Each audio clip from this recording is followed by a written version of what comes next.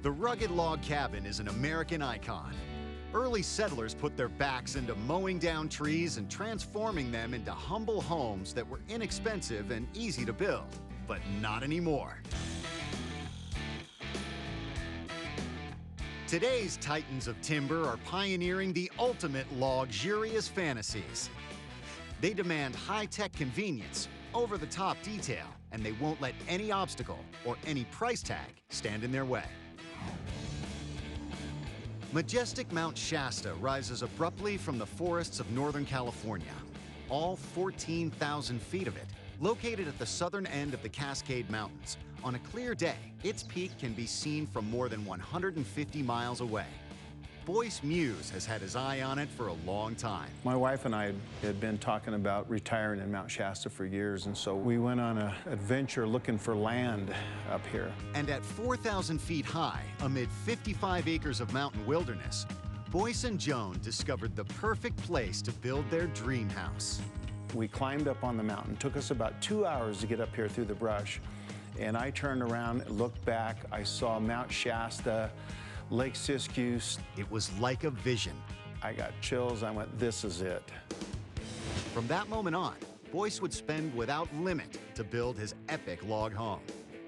On this wind-whipped mountainside, they imagined their dream, a 3-level, 7,600 square foot rustic mountain retreat. But there was one small problem: no road leading up the mountain. So Boyce called his pal, a logging expert. I need to know if I can build a road up here. And he comes over that afternoon and says, absolutely. The road ended up costing $250,000 and took 2 back-breaking months to build. But as difficult as it was, things only got harder. The colossal construction equipment needed to build the home was too big for the road. Not one to let a small detail like that deter him, Boyce devised a more creative solution. Why not build the log home off-site, then simply put it together like a puzzle atop the mountain? It was nothing short of amazing. Pioneer Log Homes built the home in British Columbia in Williams Lake. They completely assembled it up there. Took about 6 months. The home was then carefully disassembled and the logs loaded in precise order onto 11 diesel-puffing semi-trailers for delivery to California. Our driveway is about a half a mile long, it's very steep and it's very narrow. They drove the logging trucks up here, headed them in, they put it back together in 3.5 days. I was just amazed. Everything just fit like a glove. Then came the tricky part. How the heck do you turn those trucks around to get them back down the narrow, winding road? The crane would unload the trailers, and then it would pick up the trailer, turn it around, face it downhill so the truck could leave because there's no place to turn around. Some of the logs hauled up this mountain were 40 feet long and more than 3 feet wide.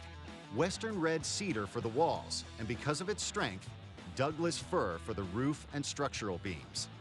The trees are about 250 years old. They're some of the largest logs that they had produced at that time. But none of that compares to the showpiece Boyce found for the great room. A 22.5-foot tree measuring 8 feet in diameter looks like it's growing in the center of the home, but in fact holds up the roof. Everybody wants to know, how did you get the tree in the house? They just marvel at it. Everybody wants to touch it.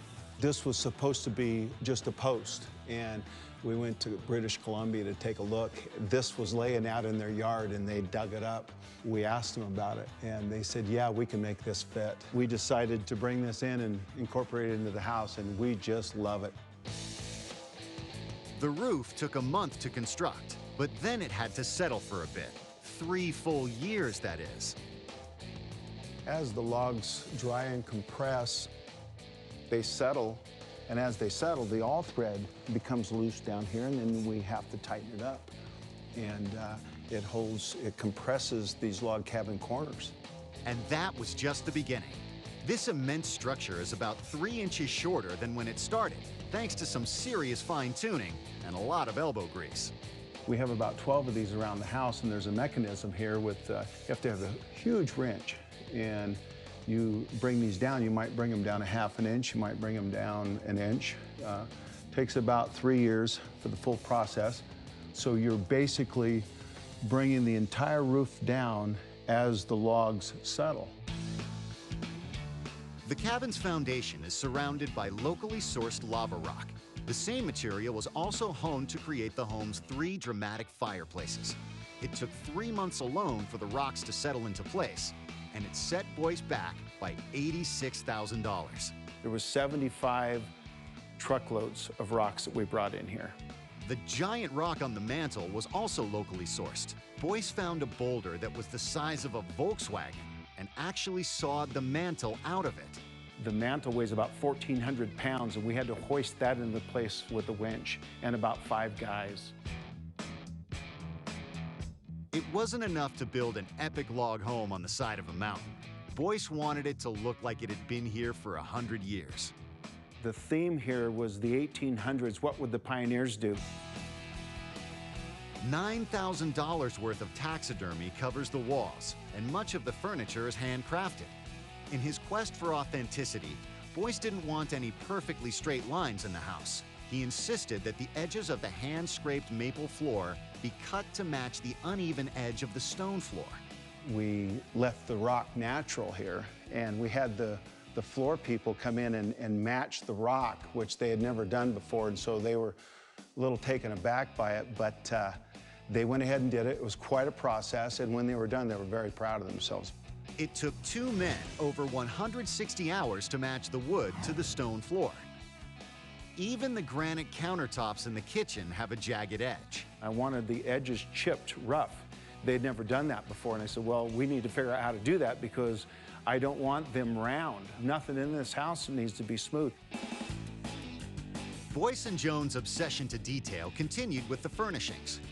They collected old stuff for the house. The more beat up, the better. And where they couldn't find what they wanted in antique, they commissioned the new additions to look rustic, like this chandelier made of elk and deer antlers, which cost a whopping $16,000. Even though Boyce was the driving force behind this epic mountain home, there were a few surprises courtesy of Norwegian artisans who put the house together in British Columbia. The carvings that are here in the house, we did not order. The bear's feet out on the logs outside and the eagle in the entryway outside. That was all a surprise for us when the logs came. This is Boyce and Jones' favorite spot. The enormous 1,700 square foot rear deck overlooks the area's main attraction. After all, this is what drove Boyce to embark on this epic uphill battle and what makes the effort all worthwhile. It had been a dream my entire life. This was a very exciting process for me. It's just fantastic, and everybody who comes here has the same reaction. They're just in awe of the area, Mount Shasta, the uniqueness of the home. It brought tears to my eyes. I'm getting a little emotional about it now. I went and hugged the logs. It was a dream come true. So what does it cost to build a road and log retreat on the side of a mountain? Especially when you're not willing to take no for an answer?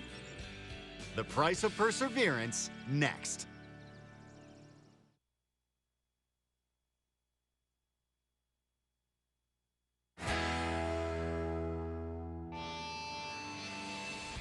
It's a tri-level dream cabin with a view of California's Mount Shasta. Hewn of specially shipped Canadian logs, it boasts a 22-foot tree as its centerpiece, and a 1,700 square foot deck hugs this epic structure. So what does it cost to build a mountainside log retreat when there isn't even a road up to the property? This epic uphill battle costs a hefty $4.6 million and a mountain of persistence.